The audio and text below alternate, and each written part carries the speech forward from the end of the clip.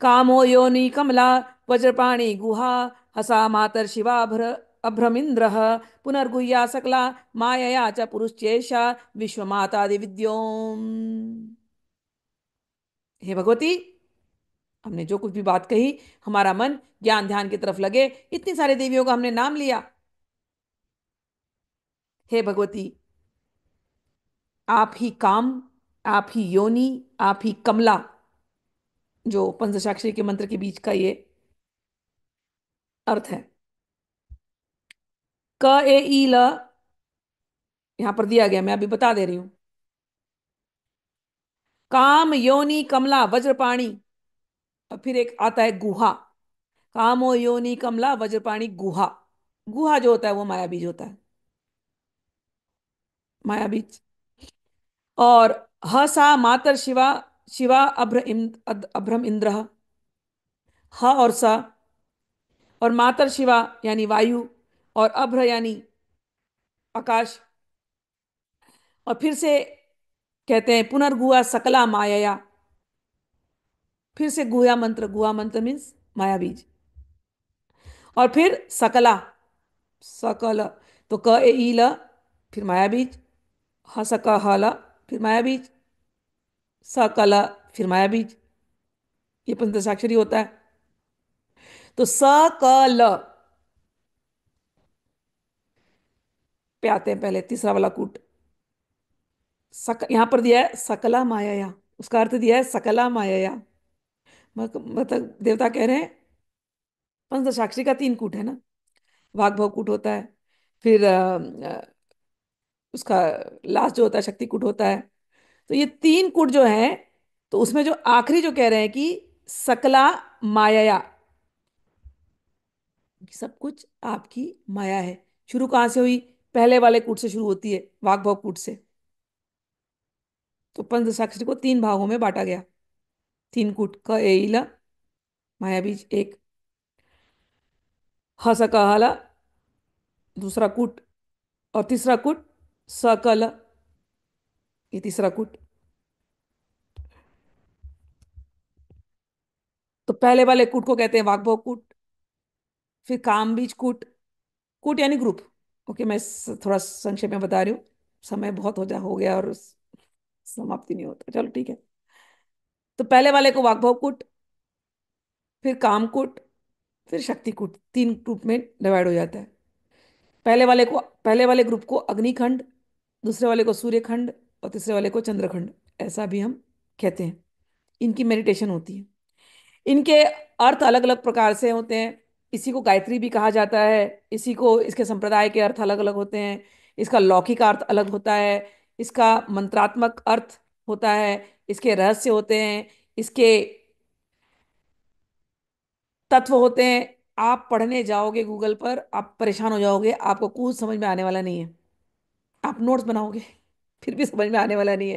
लेकिन आज मैंने आपको एकदम इजी तरीका बता दिया। इसका पूरा अर्थ जो है ये देवी अथर्वशीर्ष है। ठीक। फिर कभी आगे भगवान चाहेंगे तो मैं और डिटेल में समझाऊंगी।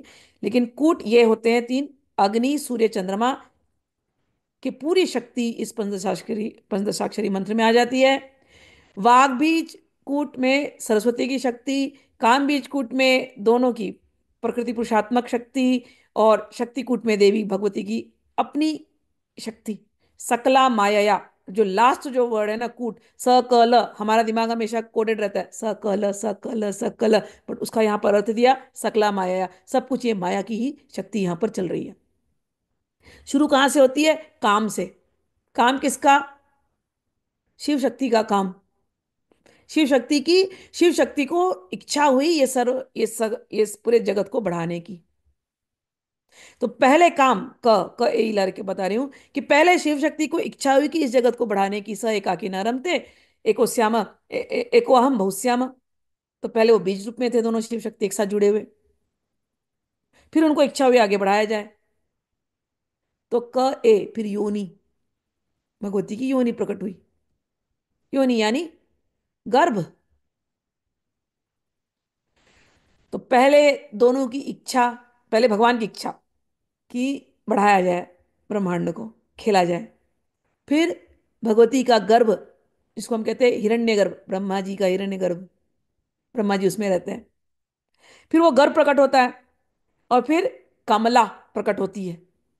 ई जो है वो कमला, कमला यानी जो सबका पालन करेगी। गर्भ हुआ तो गर्भ का पालन शक्ति, वो कमला। उस गर्भ में सब कुछ देना है।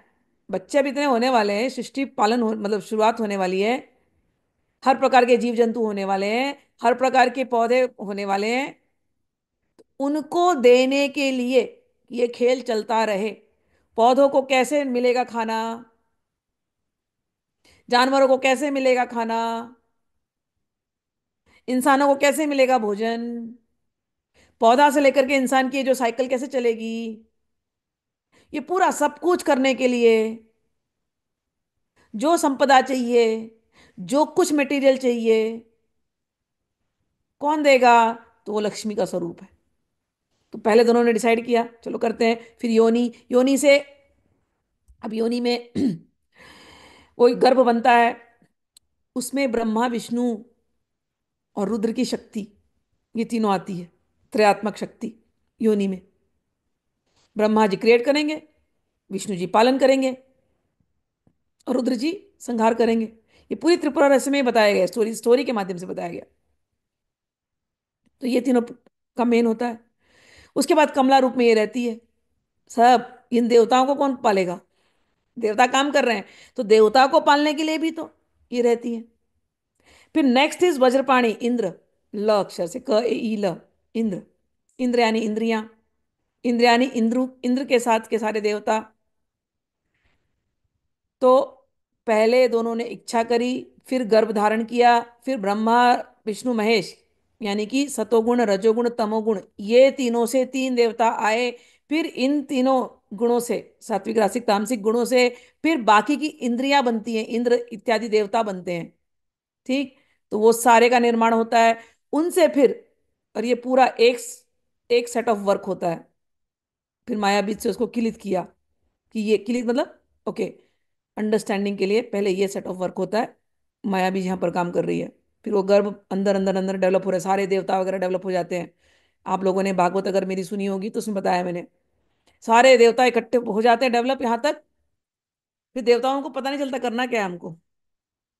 फिर देवता जाते हैं नारायण के पास, भगवान आपने हमको बनाया, करना क्या है? फिर सबको जोड़ दिया जाता है देवताओं को। और वो देवता जो है वो भगवान के अलग अलग बॉडी पार्ट्स में जाकर के बैठते हैं। फिर भगवान अपने आप को मल्टीप्लाई करते हैं। फिर हम सब मल्टीप्लाई होते हैं, ठीक है ना? उस मल्टीप्लाई हम सब बढ़ते हैं। और हमारे अलग अलग बॉडी पार्ट में वो सारे देवता आकर के बैठते हैं। ये सारा भगवान करते हैं, सबको जोड़ करके वो गर्भ में भगवान बैठते हैं। शिरोदक्षाय विष्णु जैसे। ये सारी भागवत में कथाएं आती है, लंबी चौड़ी। अब मैं उतना डिटेल में जाऊंगी फिर कंफ्यूज हो गए आप लोग, इसलिए गीता भागवत सुनो सुनो सुनो, फिर यहाँ पर आओगे ना बहुत सरल है। तो ये सृष्टि का निर्माण है। तो पहला यहाँ जो बताया क ए ई लरी में, कि देवता तक आ गए, यहाँ तक निर्माण हो जाता है। तो पहले काम, फिर गर्भ, फिर रजोगुण सतोगुण तमोगुण वाले देवता ब्रह्मा विष्णु महेश, फिर इंद्रियों वाले देवता, वो सारे प्रकट होते हैं। और फिर उनसे जाकर के पंच तत्व प्रकट होते हैं। तो वो जो पंच तत्व प्रकट होते हैं वो ह स क ह ल में आ जाते हैं। ठीक।